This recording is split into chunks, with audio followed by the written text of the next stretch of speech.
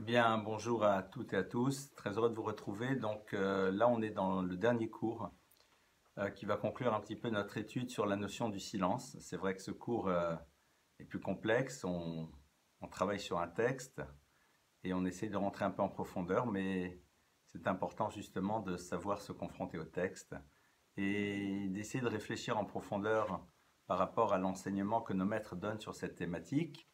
Et cette semaine, eh bien, nous allons conclure avec un point qui est, au fond, la conclusion, c'est à travers la réflexion qu'on a eue sur le silence, avons-nous toujours conscience de tout ce que représente l'importance du dibour de la parole? Qu'est-ce que véritablement cette parole? On avait commencé la semaine dernière à travailler là-dessus, et si vous le voulez bien, on va donc reprendre un petit peu, continuer et conclure. Alors, le Ma'alat Adibour, la grandeur du dibour, donc on est toujours dans l'enseignement pas du Nefesh HaChaim de Rav Chaim Friedlander, d'accord, du Sifte Chaim, eh bien il va nous dire Vayipar Bapav Nishmat Chaim Vayi Adam le Nefesh Chaim. On rappelle donc ce qu'on avait vu la semaine dernière, lors de la création de l'humain, le verset nous dit que Dieu a insufflé dans ses narines Nishmat Chaim, une âme de vie, et l'individu veut le Nefesh Chaya, et l'individu est devenu une Nefesh Chaya. Nefesh Chaya, on le traduit donc comme un être vivant, d'accord? C'est plus ou moins comme ça la traduction la plus simple à donner. Et l'idée, c'est la suivante, c'est le Ruach Memalela, comme dit le Targum. Le Targum, c'est la traduction araméenne du verset qui nous éclaire sur le sens. Ruach Memalela, c'est-à-dire, il était doté donc d'une capacité de parole. Et nous avions déjà vu la semaine dernière que lorsque l'on parle de capacité de parole vis-à-vis de l'humain, il ne s'agit pas juste d'être capable d'exprimer des choses dans ce que j'ai appelé des communications de nécessité. Car en effet, cela existe aussi dans le monde animal. On n'est pas obligé d'ailleurs d'entendre avec des oreilles. On sait très bien que le monde animal est parfaitement capable de parler, de faire passer des messages des uns aux autres par rapport à tout ce qui leur est nécessaire, c'est-à-dire où chercher de la nourriture, comment se prémunir d'un danger, essayer de faire en telle sorte qu'il puisse y avoir à un moment des rencontres mâle-femelle pour pouvoir être dans la continuité de l'espèce. C'est ce que j'appellerais des communications de nécessité. Ce n'est pas de cela dont on parle. Lorsque le texte nous dit Ruach Memalela, il ne parle pas d'une parole qui serait là pour permettre aux humains de communiquer par rapport à tout ce qu'un être animal, d'accord, a besoin pour pouvoir subsister et fonctionner dans le cadre d'un groupe.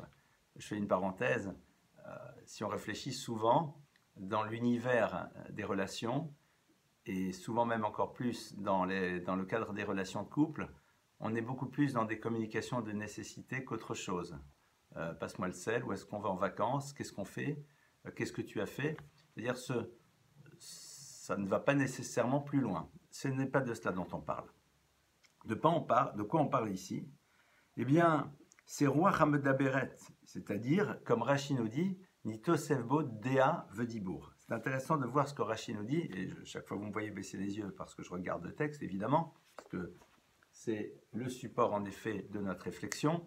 Eh bien, Dea Vedibour, Rashi nous dit Nitosevbo. On a rajouté chez lui Dea, c'est-à-dire l'esprit de réflexion, la capacité de penser et de surtout savoir faire la différence entre les choses, de commencer à réfléchir sur des concepts, vedibour et une parole. C'est-à-dire que la parole dont on parle ici n'est pas le système pour communiquer, mais c'est quelque chose qui va pouvoir exprimer ce qui prend son origine dans Dea, dans le Da'at, c'est-à-dire donc dans l'univers de la pensée, de la réflexion, de l'élaboration des concepts. D'ailleurs, c'est intéressant de voir que le terme que Rashi ici utilise pour parler de parole est le terme de dibour. On a rajouté chez lui le dibour. Or, pour celles et ceux qui sont familiers des textes, eh bien, il y a plusieurs termes qui sont utilisés pour parler d'une parole. Il y a le dibour, il y a la amira.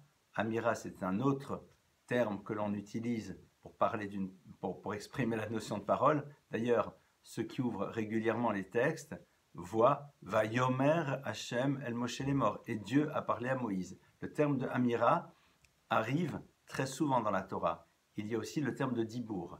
Alors, il y a plusieurs notion qui se situe dans ces deux termes, mais le terme de dibour vient de la racine dabar, et cette racine-là nous renvoie aussi à l'univers de la maîtrise et de la domination. Lorsqu'il y a marqué en effet dans le verset, il y a marqué dans un verset, Yadber Amim Tartav. Littéralement, il soumet, il maîtrise les peuples.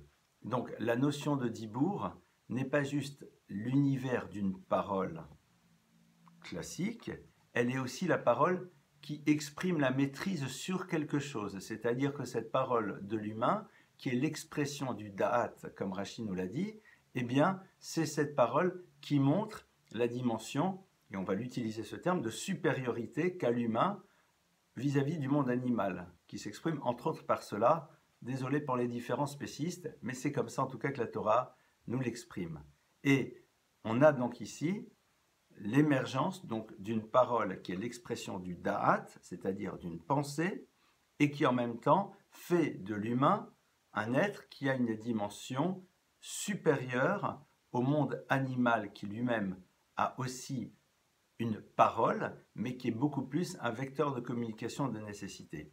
Je fais une parenthèse qui est fondamentale, cette notion de supériorité qui est présente chez l'humain par rapport au monde animal n'est pas du tout celle qui lui donne des droits vis-à-vis du monde animal. Au contraire, dès le moment où il y a supériorité, au sens non péjoratif du terme, parce que sinon on en arrive à la race supérieure et on connaît très bien les dérives dramatiques, c'est-à-dire il est au-dessus, donc ça crée chez lui une responsabilité, parce que justement cette supériorité crée des obligations, elle crée des devoirs et non pas des droits. On va le voir d'ailleurs de manière très claire dans la Torah, lorsqu'elle nous demande de quelle manière nous devons faire attention au monde animal qui justement est en dessous de l'humain. D'ailleurs on le voit au niveau de la création, puisque l'humain arrive en dernier lieu, il est ce que l'on appelle le couronnement de la création, et l'expression de sa dimension humaine va, comme on va le voir par la suite beaucoup plus profondément, passer à travers le dibour, c'est-à-dire cette parole qui révèle sa particularité, sa spécificité, voire même, j'ai envie de le dire,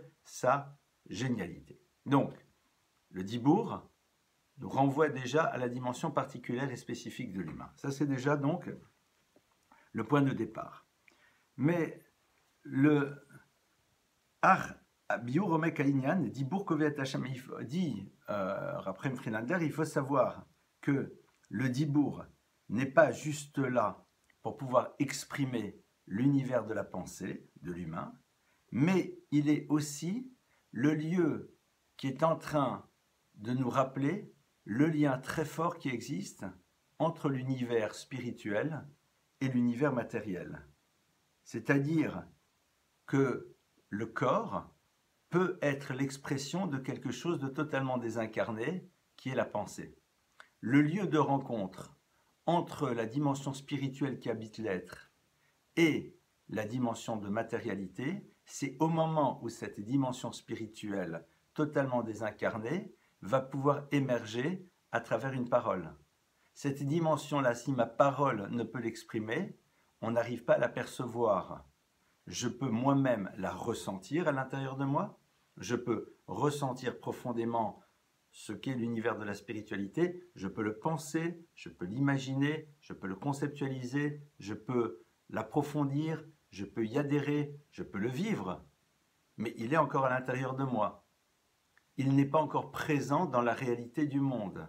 Il est présent dans la réalité du monde par le fait qu'il est à l'intérieur de moi-même.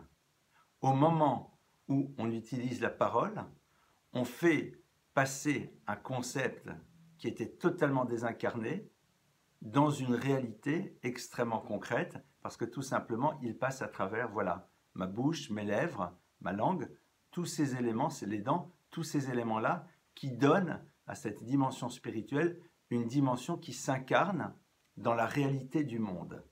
La parole, c'est donc au fond le lieu de rencontre entre l'univers du spirituel et l'univers de la matérialité pour créer quelque chose de radicalement nouveau.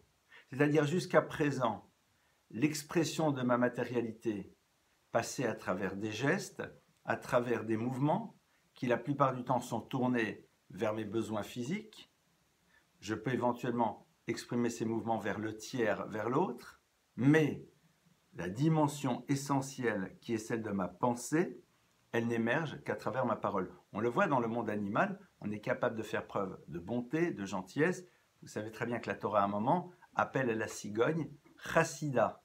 Chassida, c'est un très beau terme. Chassida, c'est-à-dire celle qui fait preuve de bonté. Mais néanmoins, nos maîtres font remarquer que la cigogne, avec ses qualités, reste quand même un animal qui n'est point caché, qui n'est point concevable, que l'on appelle dans la Torah impur. Pourtant, c'est très joli, les cigognes sur les toits des maisons en Alsace, n'est-ce pas? C'est très beau. Et chassida, on nous parle en plus de ce chesed, de cette bonté dont elle fait preuve, mais nos maîtres nous disent, elle ne l'exprime que par rapport aux univers qui sont les siens, c'est-à-dire que par rapport à ses congénères. Et donc, elle fait preuve de cette dimension-là, elle est bien présente, c'est une réalité bien présente, mais ce n'est pas l'apanage donc de l'humain. Par contre, l'apanage de l'humain, c'est l'expression d'une pensée, d'une réflexion qui est là et qui brusquement va prendre corps dans la réalité du monde à travers la parole. Le Maharal, donc, le Maharal de Prague, pour celles et ceux qui ne savent pas qui est le Maharal de Prague, qui a vécu au XVIe siècle à Prague, un des très très très grands penseurs de la tradition juive, à qui on attribue cette fameuse histoire du golem, pardonnez-moi, je l'ai mal prononcé, eh bien, le Maharal de Prague va, entre autres, longuement développer ce que représente la parole. Et je vais, donc, non pas vous le lire en direct, je vais tout de suite faire la traduction. Le Maharal nous dit que on ne peut imaginer l'humain qu'à travers l'univers de sa parole. C'est-à-dire que c'est cette capacité-là de créer un lien entre le monde de la spiritualité qui est présent à l'intérieur de sa pensée et le monde du réel, c'est sa parole, car c'est cette chose-là qui est l'expression de sa grandeur. Et au passage, c'est à ce moment-là qu'on va l'appeler Adam. Adam, c'est-à-dire l'humain.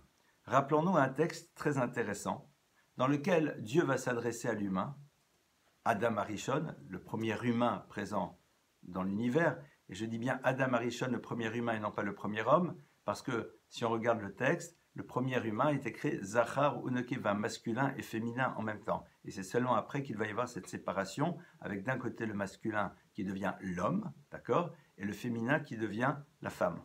Donc, Dieu s'adresse à cet humain, que l'on appelle le premier homme, et lui dit, eh bien, maintenant que tu es là dans le monde, j'aimerais que tu donnes aux animaux leur nom.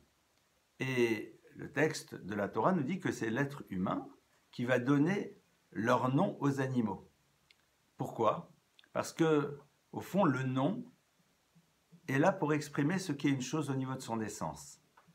Et Adam, qui est dans une dimension extrêmement élevée, est capable de percevoir chez chaque animal ce qu'il est au niveau de son essence et faire en telle sorte que le nom qu'on lui donne soit le révélateur de son essence et surtout de sa particularité, de sa spécificité.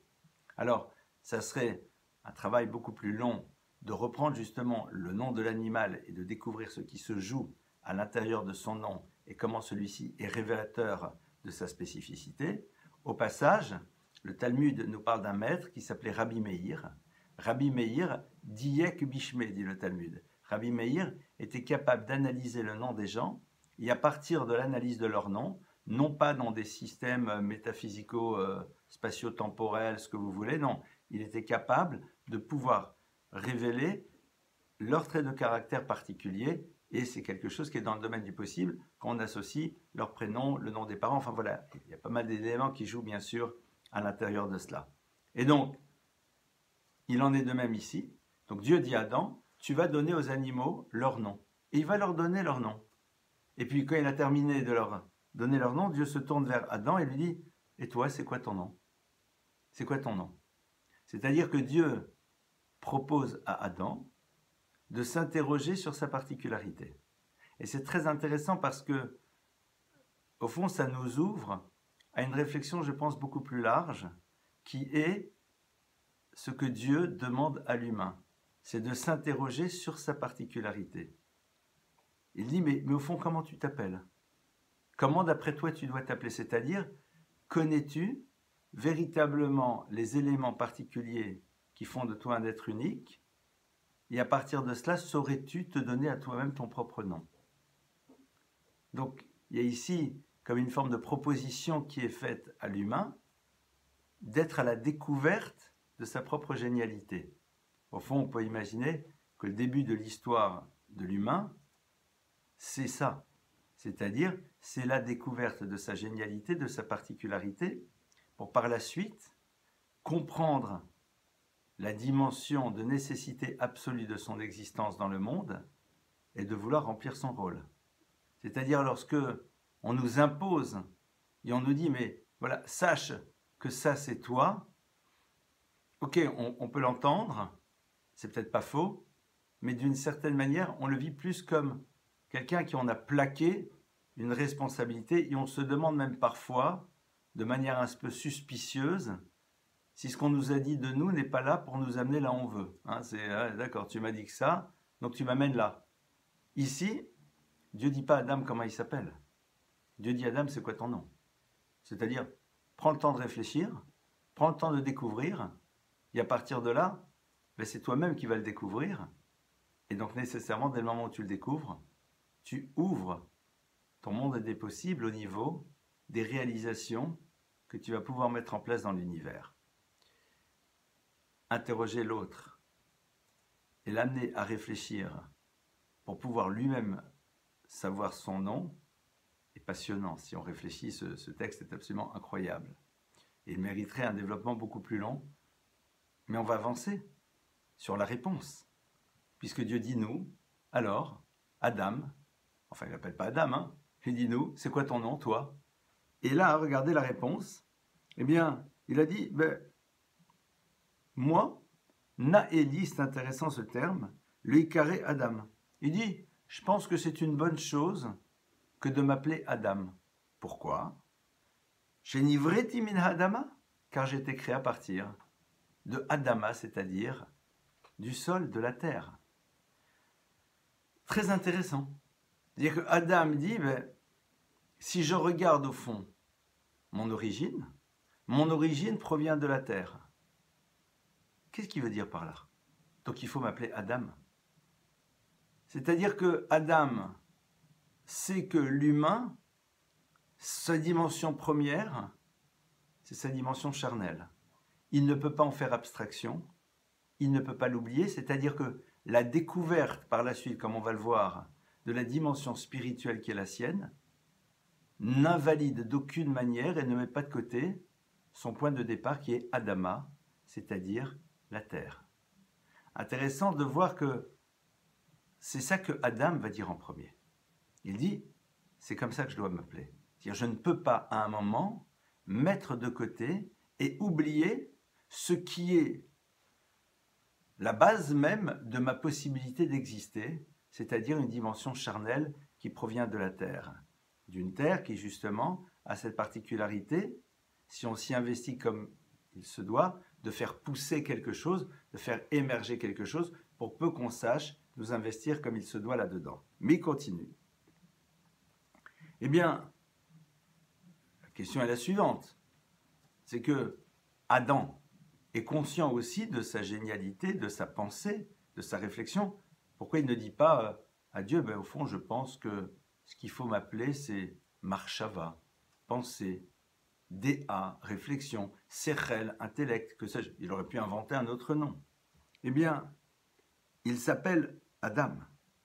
C'est que, justement, il comprend que, au moment où on lui demande de réfléchir à son nom, qu'est-ce qu'on est en train de dire à Adam? On est en train de dire, tu es capable de penser ton nom. Et il dit, je suis capable de penser mon nom alors que je proviens de la terre. C'est-à-dire que la question de Dieu, elle révèle la capacité à. Et la capacité à malgré que. Bien que je vienne de la terre et que donc la base même de mon être soit totalement chomère, c'est-à-dire matérielle, voilà, c'est ça le point de départ. Malgré tout, tu peux me demander de penser mon nom, c'est-à-dire de réfléchir et d'élaborer une réflexion. Et ça, c'est énorme. C'est colossal.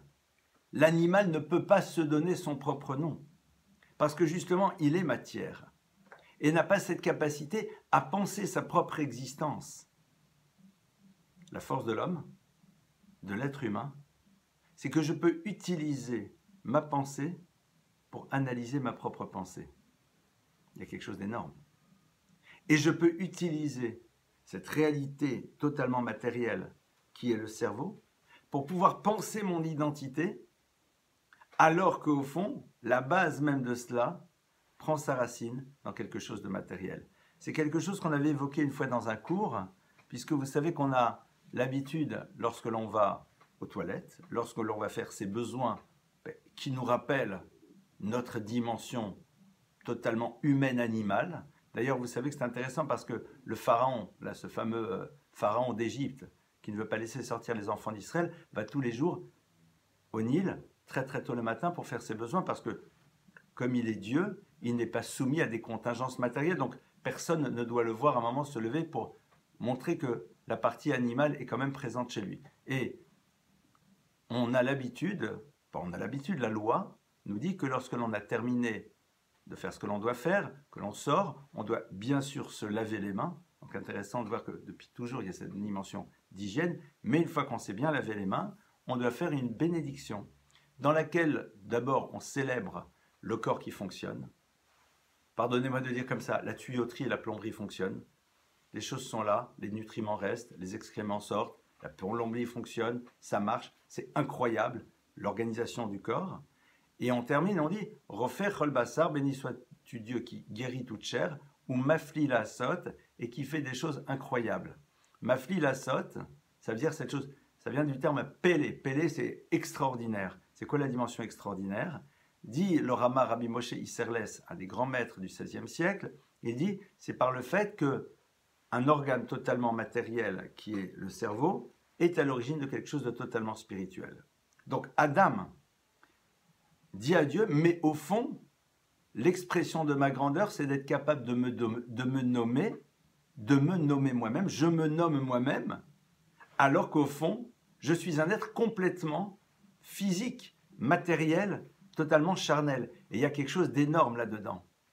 Et il continue, et il dit, et au fond, le terme de Adam, est aussi à connecter à quelque chose qui est Adamé, je lui ressemblerai.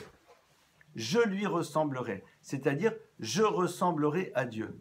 Donc, le terme de Adam nous renvoie à cette double dimension.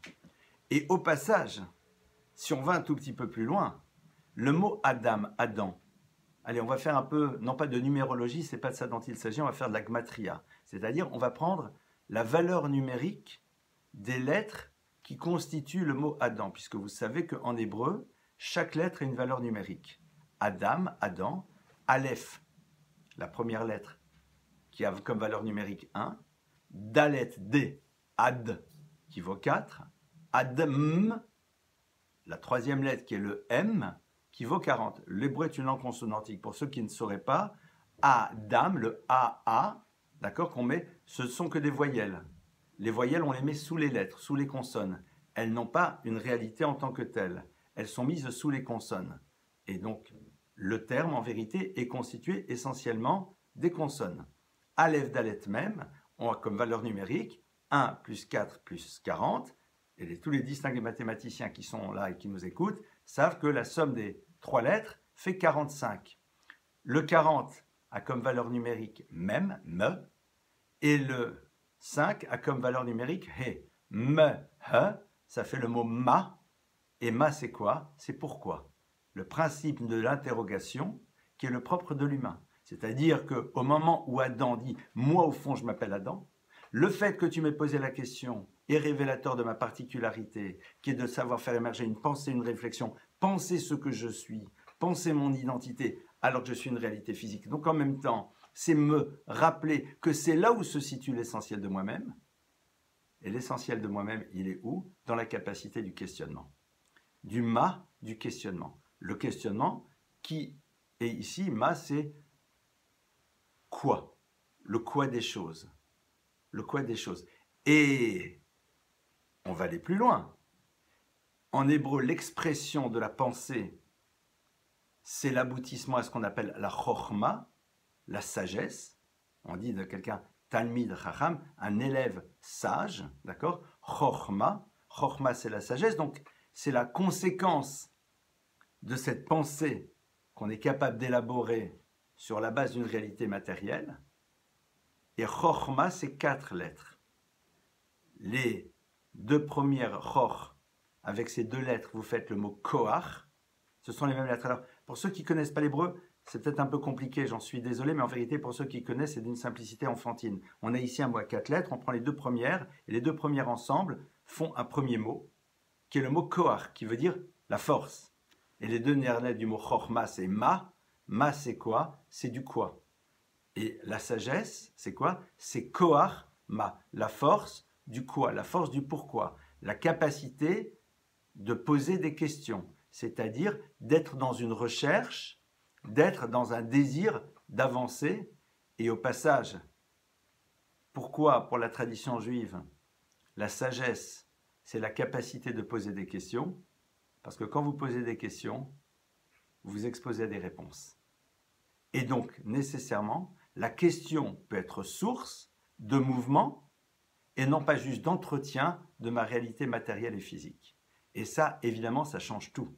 Parce que dès le moment où je suis dans le questionnement, je suis dans un mouvement possible à travers l'exposition que j'ai à la réponse que soit je vais élaborer par moi-même, soit qu'on va me proposer.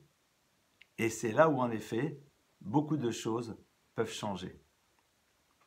Donc, on en revient, vous voyez, moi, c'est des choses qui me font jubiler parce que c'est à la fois la construction des mots en hébreu et en même temps comment les choses se mettent en place, comment chaque mot du texte nous amène à réfléchir. Et donc, alors que ça, c'est donc Ha-Adam, l'humain.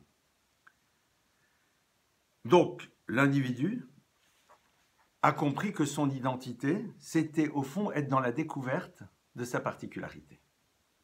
De sa particularité à travers cet univers de la parole qui est le lieu de rencontre entre l'intellect et le monde de la matérialité, qui est donc la spécificité de l'humain. Alors pour avancer un petit peu plus loin là-dedans, on va voir un texte du Talmud qui est assez hallucinant. Un texte du Talmud qui, a priori, quand on le lit, on dit « Que se passe-t-il » Le texte, c'est un texte qui nous dit la chose suivante, que l'enfant, l'embryon dans le ventre de sa mère, on lui apprend l'intégralité de la Torah. Ok, c'est surprenant. Mais on nous dit, mais par contre, lorsqu'il va naître, Kevan Shebal Ora Olam, je vous lis les mots en hébreu, lorsqu'il arrive dans la lumière de l'univers, Ba Malach, arrive un ange, Vesotro Alpiv, et littéralement lui donne un coup sur la bouche, ou me chakro et kol la Torah kula, et lui fait oublier toute la Torah. De quoi il s'agit? Alors, on va ici essayer de comprendre ça toujours à travers l'enseignement du Maharal. Et le Maharal, au fond, va nous donner ici une idée qui est extrêmement puissante. Le Maharal va nous dire que lorsque l'enfant est dans le ventre de sa mère, qui n'est pas totalement dans le monde de la matérialité. Pourquoi? Parce que sa parole n'existe pas encore et que lui-même n'est pas encore dans une forme de réalité perceptible par la totalité de l'humanité. Il est encore enfermé quelque part. Donc il n'est pas encore présent pleinement dans la réalité du monde matériel. Eh bien, de par le fait qu'il ne soit pas présent pleinement dans cette réalité de la matière, il n'est pas encore le Or HaOlam, c'est-à-dire dans la lumière du monde, c'est-à-dire être visible par l'humanité. On pressent sa présence, sa mère ressent celle-ci, les autres peuvent voir qu'il y a ici une présence en devenir, mais il n'est pas le Or à la lumière de l'univers, c'est-à-dire que l'univers ne peut pas encore le voir, il n'est pas encore présent dans le monde concret de la Gashmiut, de la réalité matérielle des choses. Et donc, à partir de cela, eh bien, il peut accéder à l'intégralité de la Torah, car rien ne le bloque pour pouvoir y accéder. On va essayer de comprendre ce que ça veut dire. Ça veut dire quoi?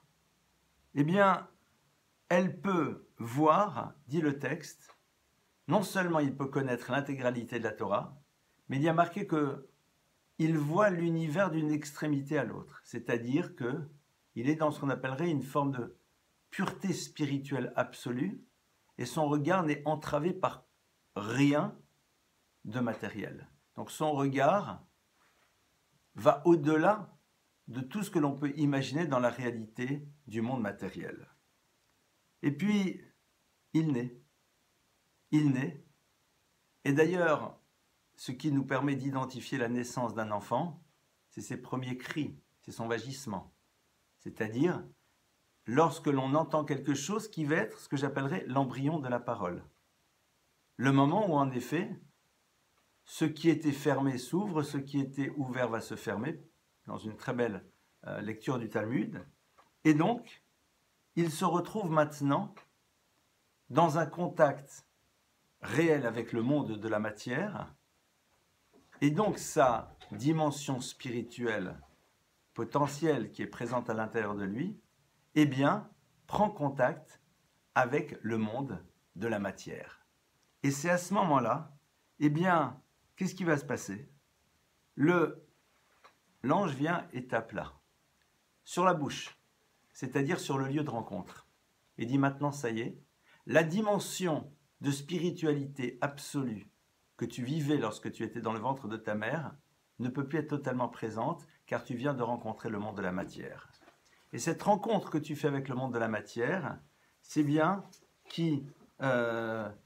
celle qui, au fond, va t'amener maintenant à oublier cette Torah et tu vas être obligé de la récupérer. C'est très intéressant de voir que au moment de la naissance, c'est sur ce qui va être le lieu particulier de l'humain que se retrouve justement le point de départ, c'est-à-dire sur la parole. Il dit voilà, ce qui était auparavant, c'est-à-dire quelque chose qui ne se situait qu'à l'intérieur et qui ne pouvait pas s'incarner, va pouvoir s'incarner. Dès le moment où il y a rencontre entre le monde de la matérialité et le monde de la spiritualité, il y a évidemment quelque chose qui est du domaine de l'imparfait. Traduction différente, le monde de la matérialité t'empêchera d'aller exprimer pleinement la spiritualité. L'intégralité de ta dimension spirituelle, elle sera dans le silence. C'est-à-dire que cette parole qui est révélatrice en même temps de ce lien incroyable entre ces deux univers, parce qu'elle prend sa source dans le monde matériel, ne pourra pas être dans une perfection absolue. Et donc on comprend mieux maintenant où va se situer l'enjeu du silence. C'est-à-dire le silence, c'est la conscience qu'il y a des choses qui ne peuvent être exprimées, parce qu'au moment où on les exprime, elles sont altérées. Le mot va altérer, le mot est révélateur de cette dimension incroyablement élevée de l'humain, mais en même temps, il est limitant. Et le but justement, c'est de pouvoir être dans une parole et de savoir qu'à un moment, elle n'est plus suffisante et elle ne peut plus aller jusqu'au bout des choses. Et c'est là où on rencontre le silence.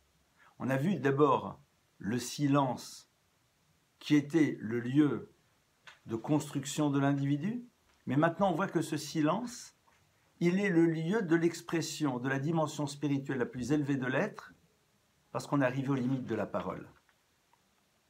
Et au passage, eh bien, il y a un texte très très beau dans le Talmud, dans le traité Kiddushin, page 71b, qui nous dit la chose suivante. En Babylone, là où le Talmud a été créé, eh bien, lorsque deux personnes discutaient et que l'un d'entre eux était capable de se taire, on savait que cette personne avait une dimension extrêmement élevée. Et le Talmud là-bas nous explique, car le peu de parole, et c'est comme ça que le développe le Maharal, est le révélateur d'une tsniout, c'est-à-dire d'une pudeur. Cette pudeur, c'est quoi? C'est et à la fois le non-désir de se faire exister face aux autres, car comme on l'a vu précédemment, on existe suffisamment à l'intérieur de soi-même. Il ne s'agit pas d'un quant à soi dans lequel méprisant, non, non. Bien sûr, il s'agit de quelqu'un qui est capable aussi d'avoir une parole dans la création du lien, comme on l'avait vu dans d'autres cours, évidemment. Mais c'est-à-dire, à un moment, si ce n'est pas nécessaire, alors je n'ai pas besoin de parler. Si ce n'est pas nécessaire, je n'en ai pas le besoin parce que j'existe suffisamment. Si ce n'est pas nécessaire mais que j'en ai le besoin, c'est qu'au fond, l'autre va jouer un rôle dans la conscience de mon identité à travers le regard dont j'espère qu'il va me gratifier au moment où je vais dire des mots. Je suis dans un état quelque part de dépendance. Donc, la parole, le silence. On voit ô combien les deux vont être profondément liés. Et nous explique que, eh bien, il faut être capable justement de savoir créer ce silence.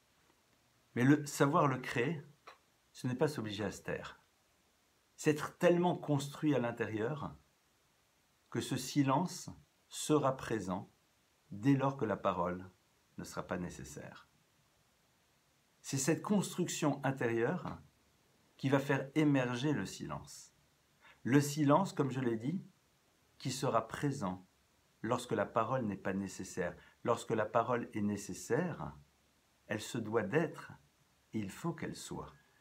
Si elle n'est pas, alors il y a une forme de manque à l'intérieur de l'univers parce que ces mots, en étant prononcés, peuvent faire émerger, il y a à la fois un partage, la transmission, le lien, voire être acte de pure bonté par rapport à un tiers.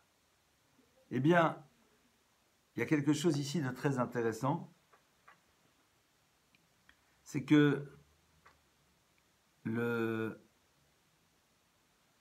on va voir que donc ce travail-là, c'est un travail de construction intérieure.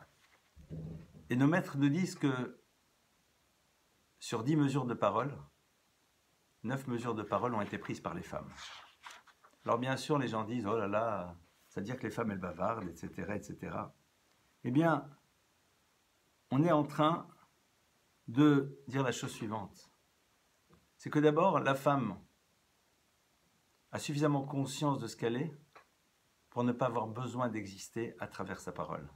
C'est-à-dire que le féminin dans la Torah est perçu comme étant un être qui a une conscience profonde de ce qu'elle est et n'a pas besoin de se faire exister à travers une parole pour que les autres, la regardant, lui donnent l'impression qu'enfin elle existe.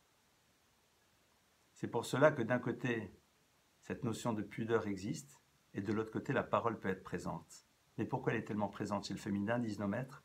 Parce que justement la femme, qui a créé ce monde intérieur, et c'est intéressant parce que quand vous voyez une femme prier, eh bien, vous constatez, celles que l'on voit prier généralement, ce sont nos épouses respectives, qu'il y a quelque chose de profondément intérieur qu'elles ont, auquel on a l'impression qu'on n'a pas du tout accès, pas du tout.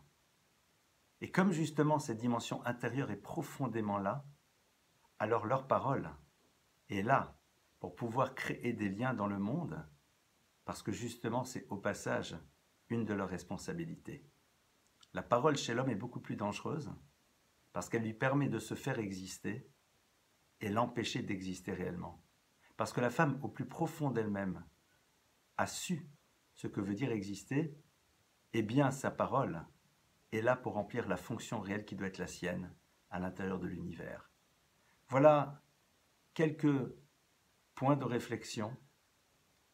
Et évidemment, on a conclu aujourd'hui cette étude sur l'univers du silence. Ça n'a pas été simple, je pense, pour tout le monde. Pourquoi? Parce que c'est une étude à laquelle on n'est peut-être parfois pas trop habitué. Ce n'est pas lié du tout, qu'à Dieu ne plaise, à un problème de capacité intellectuelle. C'est une manière d'aborder, de penser, de réfléchir à des concepts à travers nos textes. J'étais très très heureux de pouvoir partager cette étude avec vous. On continuera la semaine prochaine sur la base d'autres types d'études et de m'avoir permis de repenser aussi à l'univers de la parole. Je Je nous souhaite plein de bonnes choses et Bezrat Hashem, à très bientôt. Au revoir.